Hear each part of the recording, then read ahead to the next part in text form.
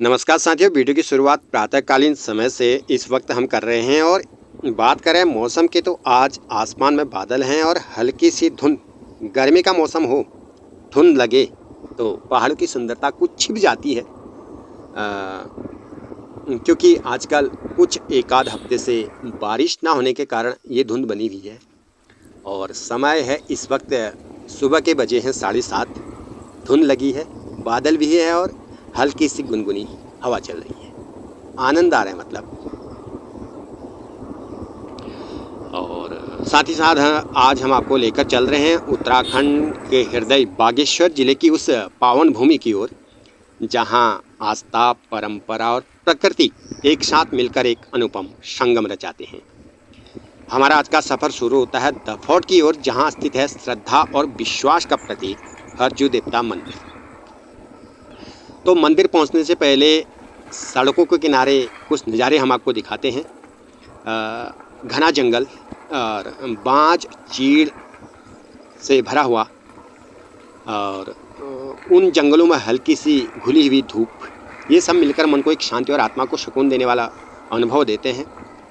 जैसे जैसे हम आगे बढ़ते हैं, हर एक मोड़ पर लगता है जैसे प्रकृति हमें किसी देवस्थान की ओर आमंत्रित कर रही है। हरजू देवता जिन्हें न्याय के देवता माना जाता है, उनके दरबार में कोई भी भक्त खाली हाथ नहीं लौटता।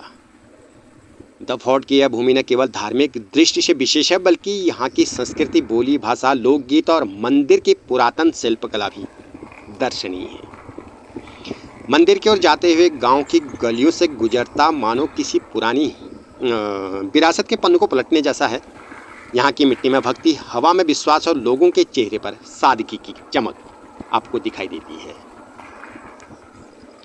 और यह सिर्फ एक यात्रा नहीं, एक सुंदर अनुभूति है अपने देवता से मिलने की, अपने पूर्वजों की आस्था को महसूस करने की। तो आइए साथ चलिए इस आध्यात्मिक यात्रा पर, जहां हम नमन करेंगे उस शक्ति को जो हमें संकटों से उबारती है और सही मार्ग दिखाती है। तो सभी लोग साथ में बोलेंगे, हरजू देवता की जय हो। और जब हम मंदिर प्रांगण की ओर बढ़ते हैं, पहाड़ों का रुख करते हैं, तो रास्ता खुद एक कहानी कहता है। हर मोड़, हर ढलान और हर चढ़ाई कुछ न कुछ नया इन रास्तों में छिपा होता है। आज हम उसी सुंदर रास्ते पर हैं, बागेश्वर जिले के दफौट की ओर, जहां स्थित है न्याय और आस्था का प्रतीक हरजू मंदिर। सफर की शुरुआत होते ही मन में एक अलग सी शांति महसूस होती है मित्रों। पक्की मगर शंकरी पहाड़ी सड़कें, दोनों ओर फैले देवदार, चीड़, बुरांस के पेड़ और घने वृक्ष, और उन पेड़ों के बीच झांकती सूरज की किरणें मानो खुद हरजू देवता अपने भक्तों को रास्ता दिखा रही हो। तो साथियों, पहाड़ों की सड़क कभी ऊपर की ओर चढ़ती है तो कभी गहरी घाटी की ओर झुकती है, लेकिन दिल में हर पल एक ही भाव बना रहता है, हम अपने देवता की ओर बढ़ रहे हैं, मंदिर प्रांगण की ओर बढ़ रहे हैं। यह सब इस यात्रा को एक जीवन अनुभव बना देती है। रास्ते भर मिलने वाले स्थानीय लोग नम्रता से मुस्कुराकर आपका स्वागत करते हैं। यह वही भूमि है जहां हरजू देवता का न्याय गूंजता है और हर आस्था को सम्मान मिलता है।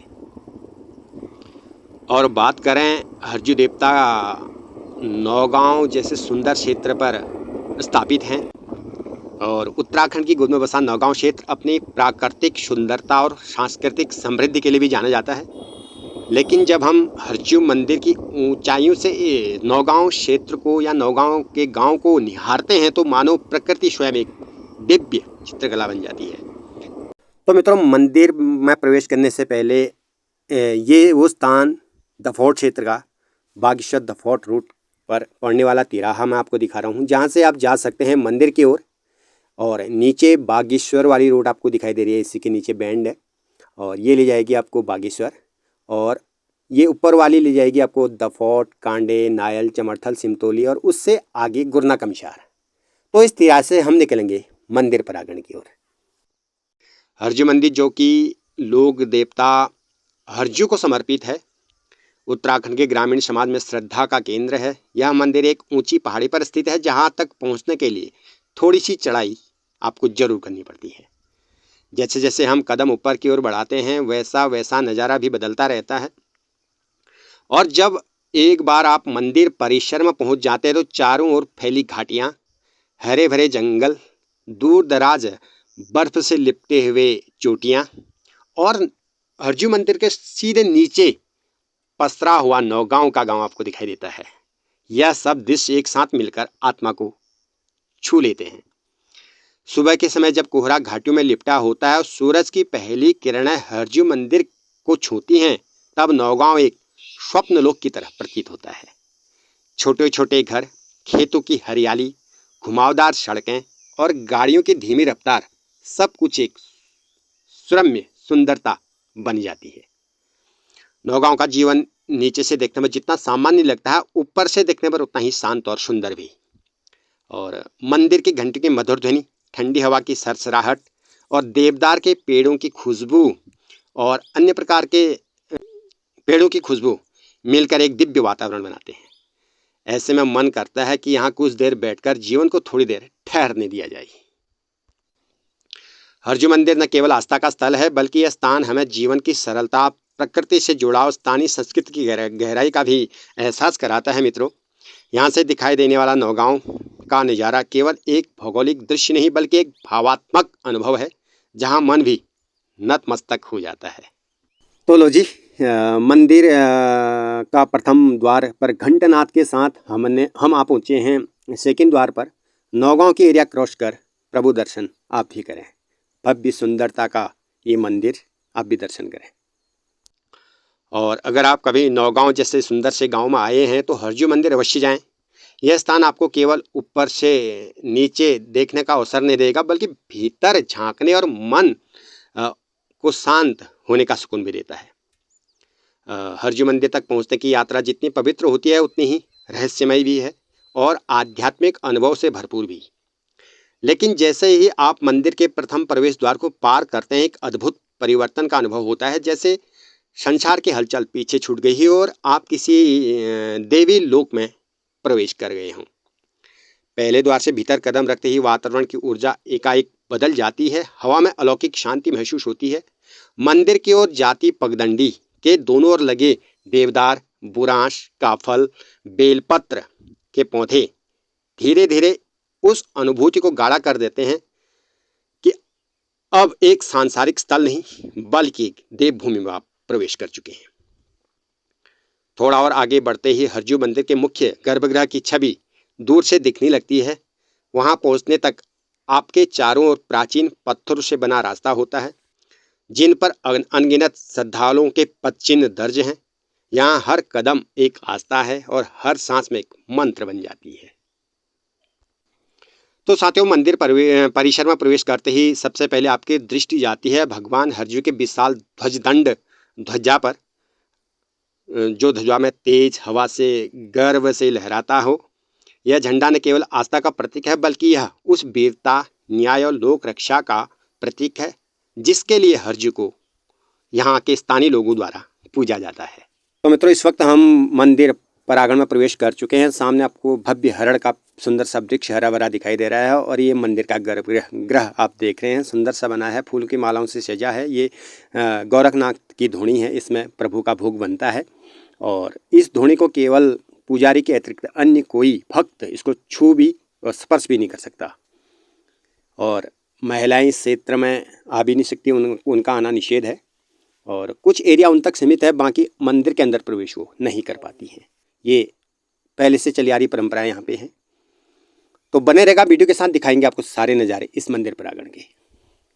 तो साथियों, हरजू मंदिर दफौट बागेश्वर की पवित्र वादियों में बसा एक आस्था का अद्भुत केंद्र है। यहाँ का मंदिर प्रांगण परिसर न केवल भक्ति का स्थान है, बल्कि पहाड़ी संस्कृति और लोक परंपराओं की झलक भी इसमें साफ दिखाई देती है।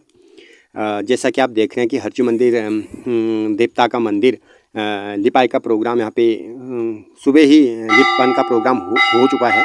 साल में विशेष अवसरों पर बड़े ही श्रद्धा भाव से ही यहाँ पे लिपाई का प्रोग्राम किया जाता है। लिपाई के दिन सुबह से ही मंदिर परिसर में चहल पहल शुरू हो जाती है और गांव के सभी भक्त गण जो हैं गोबर, मिट्टी और पारंपरिक मिश्रण तैयार कर, जिसे लीपन कहते हैं, इस लेपन से मंदिर की दीवारें, आंगन और आसपास की परिधि को नए रंग में रंगा जाता है।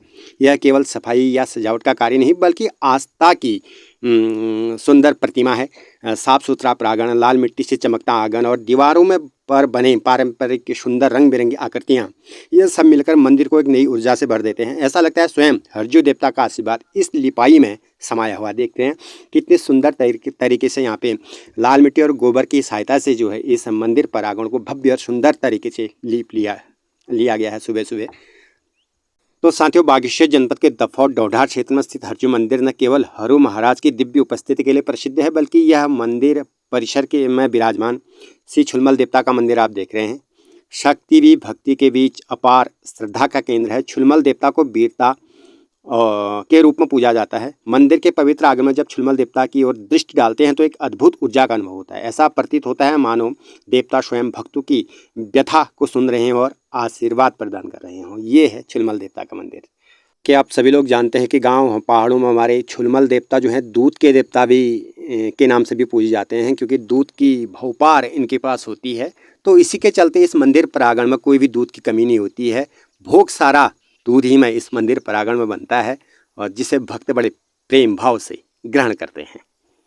और साथ ही ये मित्रों, ये है प्रातःकालीन समय में आप देख रहे हैं हरजू के साथ जो है भेलू देवता भी विराजमान इस स्थान में है, इस प्रांगण में है। और यहाँ पे जो है इस मंदिर के भी लिपाई का प्रोग्राम शुरू होता हुआ आप देख रहे हैं।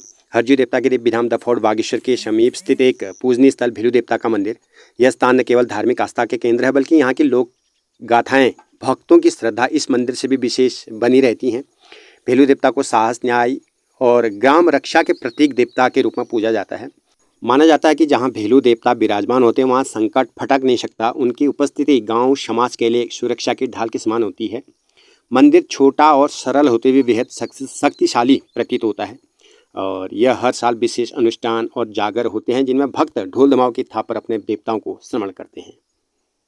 मित्रों, मंदिर के गर्भगृह में प्रवेश करते समय हर भक्त का सिर स्वतः ही झुक जाता है। हरजू की मूर्ति देखते ही मन में एक अद्भुत श्रद्धा भर जाती है। वे केवल एक देवता नहीं बल्कि लोगों के रक्षक, न्यायाधीश और मार्गदर्शक हैं। भक्तगण धीरे धीरे आगे बढ़ते हैं, फूल, चावल, बेलपत्र चढ़ाते हैं, साथ ही मन की हर कामना लेकर घर लौटते हैं और एक असीम शांति और विश्वास के साथ। यहाँ का वातावरण इतना शुद्ध होता है कि शुद्ध लगने लगता है कि जैसे समय थम सा गया हो। हवा में केवल मंत्रोच्चार, घंटियों की गूंज, पक्षियों की हल्की चहचहाहट आपको सुनाई देती है। और ये मंदिर प्रांगण में भक्तों की मनोकामना पूर्ण के होने के बाद जो है चढ़ाई गई घंटियाँ। जब कोई भक्त पहाड़ों की पगडंडी से होकर देवधाम की ओर बढ़ता है तो उसका हर कदम केवल यात्रा नहीं बल्कि आस्था का उत्सव बन जाता है। और इसी यात्रा को पावन और जीवंत बनाती हैं यहाँ की सुंदर घंटियाँ। हर मोड़ पर, हर चढ़ाई पर जब भक्तों के हाथों से टकराती हैं घंटियाँ तो वातावरण गूंजता है एक दिव्य नाद से, मानो पहाड़ में भगवान का नाम प्रतिध्वनित हो रहा हो। ये घंटियाँ सिर्फ धातु की नहीं होती, यह भावनाओं की आवाज़ें हैं, मन की श्रद्धा, आभार और मनोकामना का प्रत्यक्ष रूप। आप देख रहे हैं सुंदर सी घंटियाँ यहाँ पे सभी भक्तों ने प्रेम पूर्वक श्रद्धा भाव से अर्पण की हुई है। आ चले, ये बिल्ली जो है मंदिर प्रांगण में ही रहती है, 1-2 हफ्ते से यही है। आजा, ले ले ले ले ले ले ले ले ले ले ले ले ले ले ले अले आजा। तो साथियों, यहाँ पे जो है मंदिर की धूनी को प्रज्वलित करने की कार्यविधि चल रही है। मंदिर की पवित्र धरा पर जब धूनी प्रज्वलित की जाती है तो वह केवल अग्नि का जलना नहीं होता, वह एक देवताओं का आवाहन होता है। और धूनी जिसे पहाड़ी संस्कृति में विशेष सम्मान प्राप्त होता है, वह देवता के समक्ष प्रज्वलित की जाती है ताकि वातावरण शुद्ध हो, हृदय पावन हो और संकल्प स्थिर हो जाए। जैसे सूखे चीड़ के पेड़, बाँस के सूखे हुए पेड़ की लकड़ियाँ में आग लगती है, एक अद्भुत सुगंध वातावरण वहाँ फैल जाती है। धुएं की पहली लहर जब आकाश की ओर उठती है तो लगता है मानो वह देवता को तक संदेश पहुँचा रही हो और हे देवो आओ, हम तुम्हारे स्वागत में शुद्ध अग्नि प्रज्वलित कर रहे हैं। तो साथियों, इस क्षेत्र के सुंदर शांत वादियों में स्थित प्राचीन मंदिर, जहां वर्षों से देवता की पूजा होती आ रही है, आज फिर से एक नवजीवन की ओर अग्रसर है। मंदिर को नया रूप देने का कार्य विगत 2025 में चलता हुआ। यह केवल पत्थरों की नींव नहीं बल्कि भक्ति परंपरा भविष्य का निर्माण है। सुबह से ही जो है आजकल यहाँ पे कोई ईंट ढोने में लगा है तो कोई लकड़ी का ढांचा तैयार करने में लगा है। सभी कार्यों के पीछे जो शक्ति है वो आस्था की भावना है। यह कार्य एक ठेकिया परियोजना नहीं भक्तों की स्वेच्छा सेवा, जिसमें हर कोई अपने सामर्थ्य के अनुसार आजकल इस मंदिर प्रांगण में अपना योगदान भी दे रहा है। तो ऐसे योगदानों को मैं नमन करता हूँ तहे दिल से। काफ़ी सुंदर इस मंदिर का स्वरूप बनने जा रहा है। बिल्कुल ये हरजी मंदिर का भोग बन रहा है। रोट पुजारी जो है आटा गूंथ के रोट निर्माण में लगे हैं। इसके लिए बना है पत्तल। इस पत्तल में बनेगा रोट और ये पत्तल फोल्ड होके जाएगा धोनी में। तो सामने वाली धोनी में ये रोट बनेगा। इस धोनी में बनेगा ये रोट। क्या मिलूँ हाँ तुम दूध, दही, दूध, हाँ, गंगाजल और शहद, चीनी 5 आइटम, घी। तो 5 चीज़ों से मिलके बनाया जाता है। काफ़ी स्वादिष्ट रहता है इसका स्वाद।